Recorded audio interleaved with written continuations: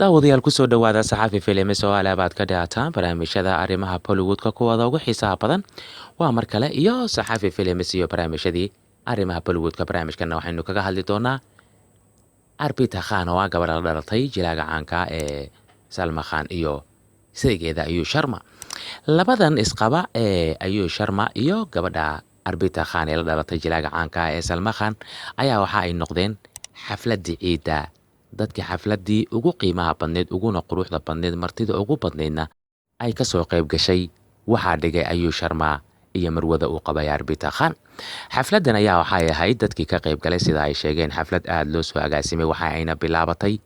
salaada Ciida markii laga soo baxay waxaana kamid ahaa dadka lagu martigeliyay jilaaga caanka ee Sunil Shetty oo ka waramaya waxa uu yiri Arpita Khan iyo saygeeda Ayush Sharma waxa ay noo maamuleen si wanaagsan oo aynan hore u arag waxa uu yiri xafladan ay isugu yimaadaan dadka muslimiinta ah maadaama ay soo dhamaatay bishii barakeysaneed ee Ramadaan waxay ahayd mid aad iyo aad aan ugu qancay haddaba waxaa joogay xafladda oo aan ka maqnayn Salman Khan oo ah walaalkeed iyo Sohail Khan iyo Arbaz Khan waxaa joogay Helen oo ah iyaga hooyadood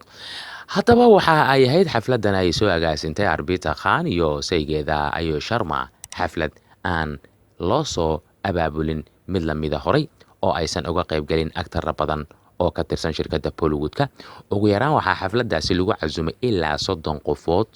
oo ahaa dadkii ka qayb galayay Ciidul Fidriga iyagoo faraxsanna waxa ay ka soo laabteen guriga ay leedahay Arpita Khan iyo Ayush Sharma haddaba Ayush Sharma ayaa waxa uu ka hadlay xafladan ay ka soo qayb galeen dadkan aadka u tirada badan sumcadan ku leh gudaha dalkaasi India haday ahaan lahaayeen Bollywood iyo haday ahaan lahaayeen dad siyaasiyiin iyo dad ganacsato iyo dad ehel iyo qaraabo la reexan waxa uu sheegay Ayush Sharma inuu aad ugu faraxsan yahay in hooygiisa ama gurigiisa ay dad intaasi leeg ay yimaadaan oo isaga iyo xaaskiisa waadka u jecel yahay Arpita Khan ay agaasimaan Salman Khan ayaa qudhiisu waxa uu sheegay inuu aad ugu faraxsan yahay in Ciida uu la qaato Walaashiis uu aad u jecel yahay Arpita Khan sida la wada ogsoon yahay Ayush Sharma waxa la sheegay inay aad isugu dhow yihiin jilaagan caanka ee Salman Khan ama seedigiis oo aad u jecel maadaama Arpita Khan iyo Salman Khan ay yihiin labada walaalaha ee aadka isugu dhow Salman Khan qiimeyn badan ayay u haysaa Walaashiis Arpita Khan